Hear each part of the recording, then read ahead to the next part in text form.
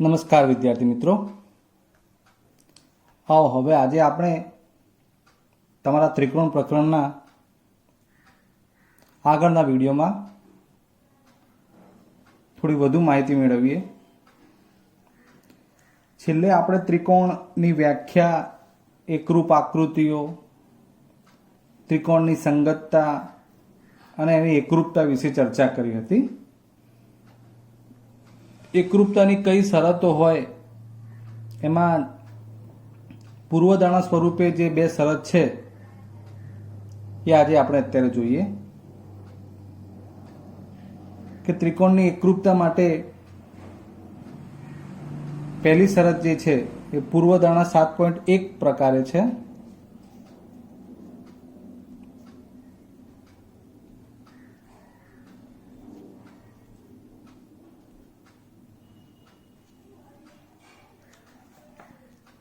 જેને આપણે એકરૂપતાનો બાખુબા નિયમ કહી શકીએ. જો કે બાખુબા શબ્દ ઉપરથી ખબર તો પડી જાય કે શું કહેવા માંગે છે.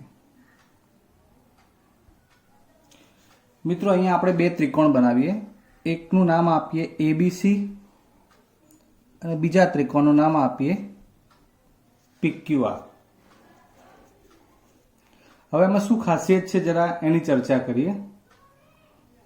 તો આ બંને ત્રિકોણ માટે બધી, એટલે કે જેમ એકરૂપતાની શરતમાં આપણે એવું ભણીએ છીએ કે આના ત્રણ બાજુઓ એ આની ત્રણેય બાજુઓ સાથે એકરૂપ જોઈએ અને આના ત્રણેય ખૂણા આ ત્રિકોણ સાથે, એટલે કે અનુરૂપ ખૂણા સાથે એકરૂપ હોય તો જ આપણે એને સંગતતા, એકરૂપતા છે એવું કહેતા હતા. ફરીવાર હું એકરૂપતાની વાત કરું તો બે ત્રિકોણોની આપેલી સંગતતા માટે જો અનુરૂપ અંગો સમાન હોય તો તે સંગતતા, એકરૂપતા અને તે ત્રિકોણ એકરૂપ છે એવું કહેતા. મતલબ કે ત્રણેય બાજુઓ અને ત્રણેય અનુરૂપ ખૂણાઓ એકરૂપ હોવા જોઈએ. પરંતુ શરત આપણને શું સમજાવે છે કે શરતમાં માત્ર અમુક બાજુઓ અને અમુક ખૂણાઓ એ જ મળતા આવતા હોય, એટલે કે એકરૂપ થતા હોય તો પણ ચાલે. તો એ શું છે જરા એ જોઈએ આપણે. તો હાલ મેં આકૃતિ ત્રિકોણ એબીસી અને ત્રિકોણ PQR ની દોરી છે. એમાંથી જો પહેલા તો શરત લખીએ કે જો બે ત્રિકોણ માટે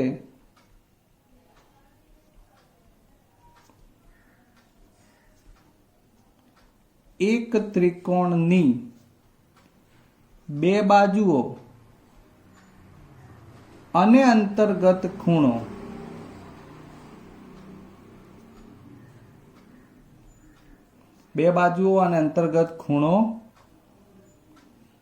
બીજા ત્રિકોણની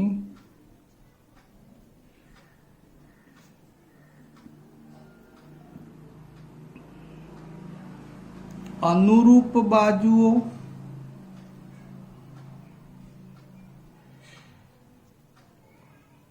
અને અંતર્ગત ખૂણાને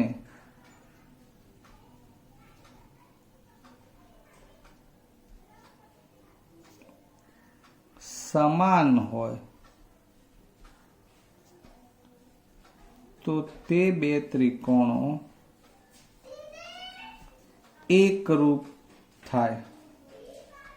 એવું કહી શકાય. એટલે હવે આ તો આપણે વ્યાખ્યાની દ્રષ્ટિએ વાત કરી અથવા તો લખાણની દ્રષ્ટિએ વાત કરી કે બે ત્રિકોણ માટે એક ત્રિકોણની બે બાજુઓ. સપોઝ કે આપણે આ ત્રિકોણ એબીસી માટે ચર્ચા કરવી હોય તો એની બે બાજુઓ આપણે વિચારીએ, AB અને BC, બરાબર છે. અને અંતર્ગત ખૂણો, તો એ ખાસ સમજી લો મિત્રો કે અંતર્ગત ખૂણો એટલે તો આ જે બે બાજુ બની AB, એમાં B આવ્યું છે નામ, પછી પાછું BC આવે, એટલે AB અને BC એની વચ્ચે આ જે ખૂણો બન્યો એ અંતર્ગત ખૂણો કહેવાય. બરાબર છે. AB અને AC માટે વાત કરતા હોઈએ તો અંતર્ગત ખૂણો A બને. પછી AC અને CB માટે વાત કરતા હોઈએ તો અંતર્ગત ખૂણો C બને. અર્થાત બે બાજુને જોડવાથી જે ખૂણો બન્યો છે એ એનો અંતર્ગત ખૂણો કહી શકાય. એટલે અહીં AB અને BC આ બે બાજુ એના માટે અંતર્ગત ખૂણો બની ગયો B. તો એ બીજા ત્રિકોણની અનુરૂપ બાજુઓ, એટલે બીજો ત્રિકોણ કયો તો કે PQR, એટલે AB માટે અનુરૂપ બાજુ આપણે PQ લઈએ, BC માટે અનુરૂપ બાજુ QR લઈએ અને એમાં અંતર્ગત ખૂણો પાછો Q જ લેવો પડે. એટલે લખાણની દ્રષ્ટિએ આપણે આવું કહી શકીએ કે માનો અહીં ત્રિકોણ ABC અને ત્રિકોણ PQR માં AB બરાબર PQ થાય, પછી ખૂણો B બરાબર ખૂણો Q થાય અને BC બરાબર QR થાય. વાત સમજાઈ? હવે બે બાજુઓ અને અંતર્ગત ખૂણો, બે બાજુઓ અને અંતર્ગત ખૂણો. તો બાખુબા શરત અનુસાર, એટલે અહીંયા આપણે લખીશું માટે બાખુબા શરત અનુસાર ત્રિકોણ ABC એકરૂપ ત્રિકોણ PQR થાય. હવે મુખ્ય બાબત કે ત્રિકોણ ABC જોડે ત્રિકોણ PQR લખ્યું છે એટલે તમારે એને ખાસ સમજવું પડે. સંગતતા લખવી હોય તો ત્રિકોણ ABC સંગતતા ત્રિકોણ PQR એકરૂપતા થાય એવું પણ લખાય. સંગતતા ABC સંગતતા PQR એકરૂપતા કહેવાય. હવે મૂળ વાત ઉપર આવીએ ને મિત્રો, તો એમાં ખાસ સમજવાનું છે. જ્યારે સંગતતા એકરૂપતા એવું કહી દીધું છે ને આપણે, ત્યારે આ ABC જોડે અત્યારે PQR જ લખાય. કારણ આ અંગો જે આપણે આકૃતિમાં બતાવ્યા, અથવા તો આ AB બરાબર PQ, BC બરાબર QR અને ખૂણો B બરાબર ખૂણો Q, એ એને આધીન જ બનેલા છે. એટલે એ પ્રમાણે એ જ સંગતતા લખાય. અહીંયા તમે QRP કે PRQ એવું અલગ પાડી શકો નહીં. તમારે જો વધુ સમજવું છે તો હું તમને છેલ્લે પ્રેક્ટિસમાં બતાવીશ, પણ હાલ તમે આમાંથી એટલું સમજી શકો કે આ રીતે જો છે સંગતતા, તો તમારે એ ત્રિકોણ એકરૂપ બને. હવે આના આ જ ત્રિકોણમાં બીજી સંગતતા માનો કે લખવી હોય તો પણ લખી શકાય. તમને એ પણ બતાવી દઈએ. આ ABC અને PQR માટે તમારે આ લખવું હોય તો તમે BC જોડે QR પણ લઈ શકો. હવે BC અને QR પછી તમારે આ AC લેવી બાજુ, તો જ્યારે AC લો છો ત્યારે PR લેવી પડે, અને જ્યારે C ખૂણો અંતર્ગત કરો છો ત્યારે R કરવો પડે. તો આ એક બીજી રીતે લખવાની પદ્ધતિ થઈ. ત્રણ ખૂણા છે એટલે 3 વખત અંતર્ગત ખૂણા મળી શકે. ખ્યાલ આવ્યો? હજુ આપણે A અને P અંતર્ગત ખૂણા માટે લખવું હોય તો લખીએ તો શું આવે? AB, તો AB વખતે શું આવે? PQ. પછી AC, તો AC વખતે અહીંથી PR. અને બંનેમાં અંતર્ગત ખૂણો એટલે કે અહીંયા A તો અહીંયા P, એટલે ખૂણો A બરાબર ખૂણો P. આ રીતે થાય. મેં તમને અહીં ત્રિકોણો આપ્યા પછી એમાંથી આકૃતિ અનુસાર આ સંગતતા આપી છે. એટલે એવું નહીં ફિક્સ વિચારી લેવાનું કે આ રીતે જ હોય. આ સંગતતા જે રીતની એકરૂપતા મળે તે પ્રમાણે આ ત્રિકોણો એકરૂપ થતા હોય. એટલે ઉલટ ક્રિયા પણ આપણને આવડવી જોઈએ.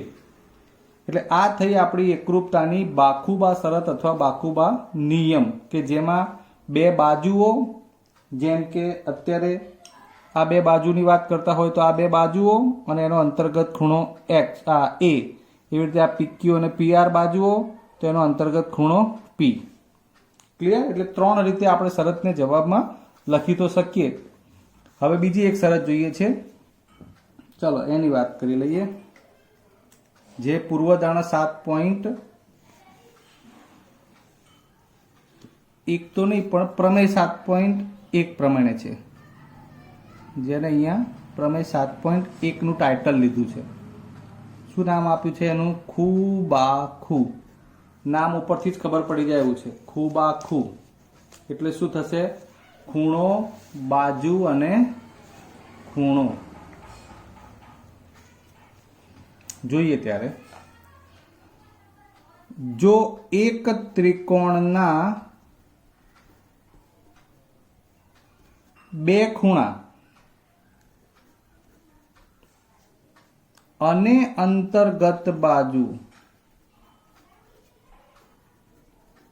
બે ખૂણા અને અંતર્ગત બાજુ અનુક્રમે બીજા ત્રિકોણના અનુરૂપ ખૂણા અને અંતર્ગત બાજુને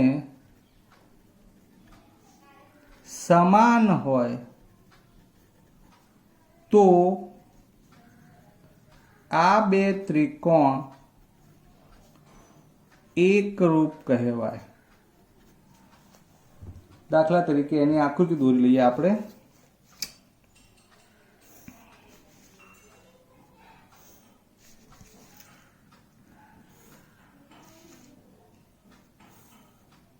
જાણી જોઈને હું થોડી ત્રાંસી ટાઈપની એવી જ આકૃતિ બનાવું છું.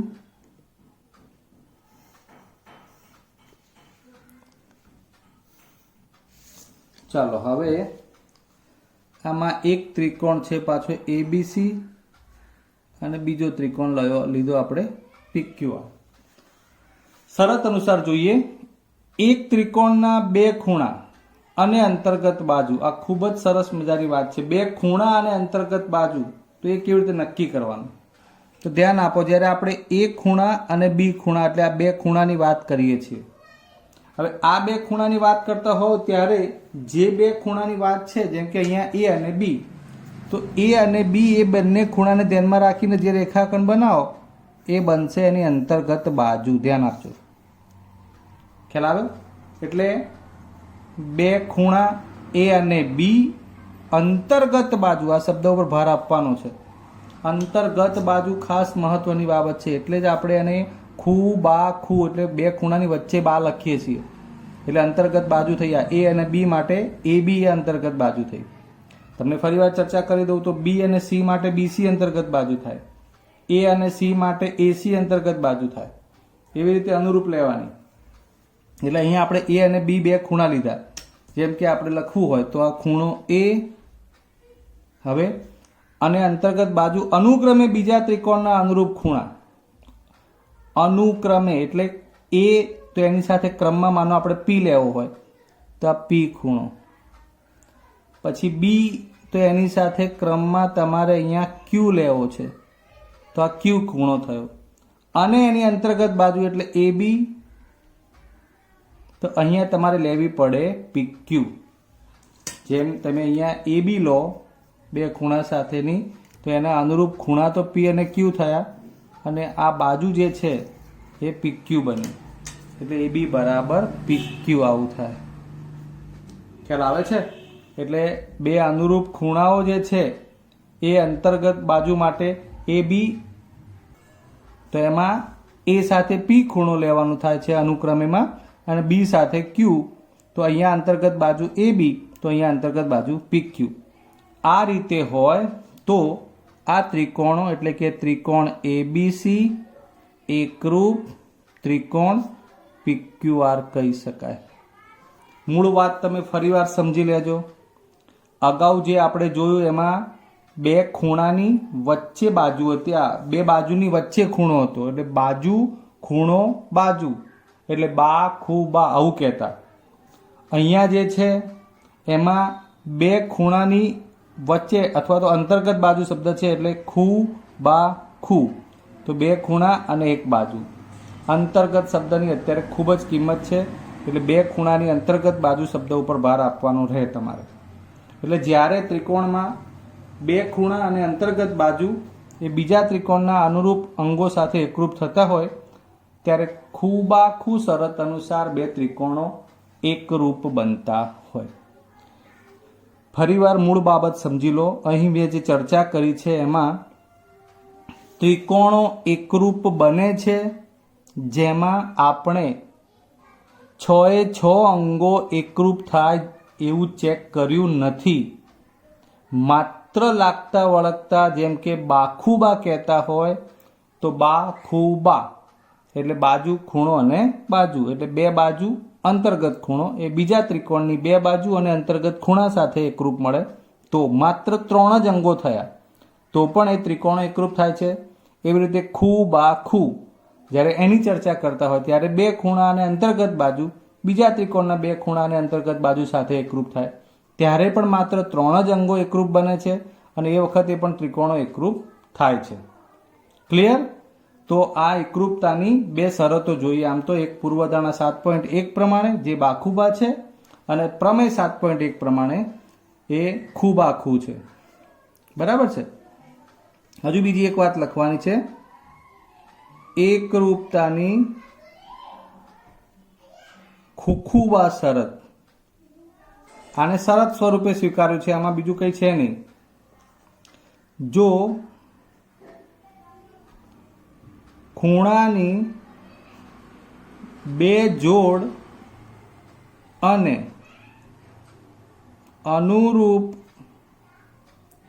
બાજુઓની એક જોડ સમાન હોય તો તે ત્રિકોણ એકરૂપ હોય. આ થઈ એકરૂપતાની ખૂખુબા શરત. કઈ? ખૂખુબા. ખૂણાની બે જોડ અને અનુરૂપ બાજુઓની એક જોડ સમાન હોય. હવે આમાં તમને થાય સાહેબ આમાં પણ બે ખૂણા છે ને આમાં બાજુ, આમાં પણ બે ખૂણા છે ને બાજુ, શું ફેર છે? આ ખૂબા ખૂ બોલાય છે, ત્યાં ખૂખુબા બોલાય છે. તો બરોબર છે, અહીંયા અંતર્ગત બાજુ જ હોય એવું કંઈ જરૂરી છે નહીં. બે ખૂણા એ બી તો પીક્યુ લઈ શકાય, પછી એસી હોય તો પીઆર પણ ચાલે, બીસી હોય તો ક્યુઆર પણ ચાલે. સમજો છો? બરોબર. દાખલા તરીકે એ ને અનુરૂપ પી ખૂણો લો, સી ને અનુરૂપ આર લો, એટલે અનુરૂપ બે ખૂણાઓની જોડ તો સમાન આવી ગઈ, એટલે કે બે ખૂણાઓ આપણે એકરૂપ લીધા.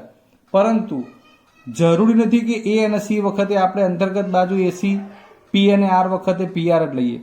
એ અને સી, પી અને આર એકરૂપ હોય તો એ બી અને પીક્યુ, એ રીતે એ અંતર્ગત અનુરૂપ બાજુઓ એકરૂપ થતી હોય તો પણ ખૂખુબા શરતને આધીન એ બે ત્રિકોણો એકરૂપ બની શકે છે. હવે છેલ્લે એક ટૂંકમાં તમને સીપીસીટી શબ્દ સાથે થોડી વાત કરી લઉં છું. આ ઘણી જગ્યાએ તમને લખેલું જોવા મળશે. સીપીસીટીનો મતલબ થાય કોરેસ્પોન્ડિંગ પાર્ટ્સ ઓફ congruent ટ્રાયેંગલ્સ. આનો ઉપયોગ ક્યારે કરીએ છીએ? પહેલા તો સમજી લો શું છે કે ત્રિકોણના 3 ચોક્કસ અંગો જેમાં ઓછામાં ઓછી એક બાજુ હોય, એટલે એ રીતે અનુરૂપ એકરૂપ કોઈ પણ જગ્યાએ તમે બોલો તેમાં એક બાજુ તો આવવી જ જોઈએ. ખૂખુબા બોલો, બાખુબા બોલો, ખૂબાખૂ બોલો, એ રીતે જે બધામાં આવે છે એ રીતે. એટલે 3 એકરૂપ અંગોમાંથી કોઈ એક બાજુ હોય, એટલે એવું બનતું હોય ત્યારે બે ત્રિકોણની એકરૂપતા સાબિત થાય. એટલે એક ત્રિકોણના બાકીના અંગો પણ સમાન જ હોય તેવું સ્વીકારવાનું થાય. આ તો વ્યાખ્યાની દ્રષ્ટિએ વાત કરી, જેમાં તમને કદાચ ખબર ના પડે, કંઈ વાંધો નહીં. પણ હું એમ કહું કે બે ત્રિકોણો ખૂબાખૂ શરતને આધીન એકરૂપ થઈ ગયા હોય તો સીપીસીટી પ્રમાણે સમજો. ખૂબાખૂમાં જ્યારે આપણે એ અને પી, બી અને ક્યુ અને આટલી શરત જ ચેક કરી હોય, બરાબર છે. એટલે આ શરતને આધીન આ ખૂબાખૂ પ્રમેય પ્રમાણે આ બે ત્રિકોણો એકરૂપ થઈ જતા હોય તો પછી અહીં આપણે જ્યારે સી અને આરની વાત નથી કરી, પણ સ્વીકારી લેવાનું, એને આપણે સીપીસીટી કહેવાનું છે. કારણ કે કોઈ પણ એક શરતથી જો બે ત્રિકોણો એકરૂપ થઈ ગયા તો બાકીના અંગો પણ સીપીસીટી આધારે એકરૂપ છે એવું કહેવાય. એટલે કે સી ને એકરૂપ આર કહી શકાય, બી ને એકરૂપ ક્યુ કહી શકાય, એસી ને અનુરૂપ એકરૂપ પીઆર કહી શકાય, બીસી ને અનુરૂપ ક્યુઆર એકરૂપ છે એવું કહી શકાય. સમજ્યા? એટલે સીપીસીટીનો અર્થ ટૂંકમાં કહું તો તમે કોઈ પણ એક શરતથી બે ત્રિકોણો એકરૂપ લાવ્યા હોવ તો એમાં જે અંગો એકરૂપ બતાવ્યા છે એ સિવાયના અંગો પણ એકરૂપ જ થાય એવું કહેવું હોય ત્યારે સીપીસીટી વપરાય. ફરીવાર સીપીસીટીની ચર્ચા કહી દઉં. તમે કોઈ પણ શરતથી બે ત્રિકોણો એકરૂપ બનાવ્યા હોય તો એ ત્રિકોણમાં માત્ર 3 જ અંગો એકરૂપ હોય તો બાકીના અંગો પણ એકરૂપ થાય એવું જ્યારે આપણે કહેવું હોય ત્યારે CPCT વાપરીએ છીએ. ક્લિયર? તો આ શરતો તમને આવડશે તો એના પછીના લેક્ચરમાં પ્રમેયમાં પણ એનો ઉપયોગ થતો રહેતો હશે. એટલે ખાસ ધ્યાનથી તમારે આ શરતોનો ઉપયોગ કરવાનો થાય. ચાલો મિત્રો, આપણે એકાદ બે પ્રેક્ટિસ કરી જોઈએ કે જેમાં આપેલ વિગત ઉપરથી કઈ શરત અને કયા ત્રિકોણ એકરૂપ થાય એવું ચેક કરવાનું છે. કારણ કે આપણે તો ત્રિકોણ ABCPQR લઈને આપણે શરત ચેક કરી હતી કે બે એકરૂપ છે પછી વિચારતા હતા. બરાબર છે? એની જગ્યાએ અહીંયા શું કરીએ છીએ, આપેલી શરત ઉપરથી આપણે નક્કી કરવું છે. જેમ કે અહીં લખ્યું છે AB, તો આપણે જ્યારે ત્રિકોણો ના દોર્યા હોય તમારે કેવી રીતે ચેક કરવાનું એની વાત ચાલે છે. તો આ AB, તો એ વખતે આપણે QR લખી નાખીએ. ચલો અહીંયા Q લખી નાખ્યો, અહીંયા R લખી નાખ્યું. QR આપ્યું હોય કે RQ આપ્યું હોય, ગમે તે અહીંયા બે શિરોબિંદુથી લખેલું હોય રેખાખંડ, એટલે આને QR કે RQ કહી શકાય. પછી B જોડે R ખૂણો છે, જો R આવ્યો B, એની જોડે R, આ આવવું જોઈએ. ખૂણા ખાસ પરફેક્ટ આવવા જોઈએ. માનો કે તમે R અહીં લખ્યો અને Q અહીં લખ્યો હોય તો તમારે પછી B જોડે R હોય તો ફેરવવો પડે. પછી BC જોડે RP, BC, તો C બિંદુ તો અહીંયા ABC માં લેવાનું જ છે. RP, P વધ્યું છે આમે, ખ્યાલ આવે છે મારી વાતમાં આવે. આમ ABC જોડે QRP એકરૂપ થઈ ગયું. આ મૂળ વાત આવી. ABC જોડે PQR જ આવે એ વસ્તુ ભૂલી જજો. કેમ કે એમાં શરત આપણને આ રીતે આપેલી છે કે AB જોડે QR એકરૂપ હતું, B જોડે R ખૂણો અને BC જોડે RP એકરૂપ હતું. આમ બે બાજુ અને ખૂણો, આ બાજુ, આ બીજી બાજુ અને અંતર્ગત ખૂણો. એટલે પૂછે કે ભાઈ આમાં કઈ શરત લાગુ પડી, તો એ શરતનું નામ છે બાખુબા. આ શરતથી કયા બે ત્રિકોણો એકરૂપ થયા, તો ત્રિકોણ ABC એકરૂપ ત્રિકોણ QRP. ચલો બીજી એક શરત ચેક કરીએ. અહીંયા X જોડે F આપ્યું છે. આપણે ત્રિકોણ XYZ લખતા હોય તો X, અહીંયા F લઈ લઈએ. પછી XY બાજુ છે તો X પછી અહીંયા Y લખીએ. તમારે આ રીતે ચેક કરવાનું. XY લીધું ત્યારે EF આવે. જો હવે મેં અહીંયા FE એવું નથી લખ્યું, EF લખ્યું છે તો કઈ વાંધો નહીં, F અહીંયા આવે, E અહીંયા આવે. ઓકે, તો ઓટોમેટિક પછી જોડે Y જોડે E ખૂણો આવી ગયો એકરૂપ. તો અહીંયા વધ્યું હોય એ લખી નાખવાનું. ત્રિકોણ આપ્યો હોય તમને, ત્રિકોણ XYZ અને ત્રિકોણ DEF એમ કરીને કયું હોય, તો એનો મતલબ એ થયો કે XYZ FED, XYZ FED આ બે ત્રિકોણો એકરૂપ થશે. અને શરતનું નામ શું પાછું, તો કે જુઓ X અને Y, E અને F આ બે અંતર્ગત અનુરૂપ ખૂણાઓ અને આ બાજુ છે અંતર્ગત એની XY અને EF માટે ખૂણો બાજુ ખૂણો, ખૂણો બાજુ ખૂણો એટલે ખૂ બા ખૂ. આ શરત લાગુ પડે. ક્લિયર મિત્રો? તો ખાસ મારે તમને શરતો કઈ છે અને એને ઓળખ કઈ રીતે કરવાની એ આપણે આ રિવિઝન છે ખૂબ અગત્યનું થયું કે આવા લખાણો પરથી તમારે કહેવાનું હોય. પરીક્ષામાં તમને ખાલી જગ્યામાં પણ પૂછવામાં આવે, આ બાકી રાખ્યું હોય કે ભાઈ AB બરાબર QR છે, BC બરાબર PR છે, તો ત્રિકોણ ABC અને ત્રિકોણ QRP એકરૂપ થતા હોય તો ખાલી જગ્યા. પછી ત્રિકોણ XYZ અને ત્રિકોણ FED એકરૂપ થતા હોય, આમાંથી ત્રણમાંથી કોઈ બે આપે, ત્રીજું તમારે જાતે નક્કી કરવાનું હોય. કઈ શરત અનુસાર શું ખૂટે છે એની ખબર પડવી જોઈએ. તો આવી તમારે વધારાની પ્રેક્ટિસ કરવાની છે. એટલે આ બે શરતો માટે હું જેટલા ત્રિકોણ લખું છું નીચે જોડીમાં, દાખલા તરીકે આ ત્રિકોણ ABC અને ત્રિકોણ એની જોડે XYZ લીધો. આ એક પેર માટે તમારે બંને શરત કઈ બાખુબા ખૂબાખુ, આ બંને શરતના જેટલા પણ અનુરૂપ અંગો એકરૂપ થતા હોય જાતે ચેક કરવાના. ત્રિકોણ PQR એની જોડે હું ત્રિકોણ XYZ લઈશ. ત્રીજું લઈશ ત્રિકોણ PQR એની જોડે ત્રિકોણ DEF લઈશ. બરાબર છે? તો આ ત્રણ ત્રિકોણો લઈ અનુરૂપ અને આ રીતે તમારે શક્ય એટલી શરતો જાતે લખવાની થાય અને એ તમારું લેસન થાય.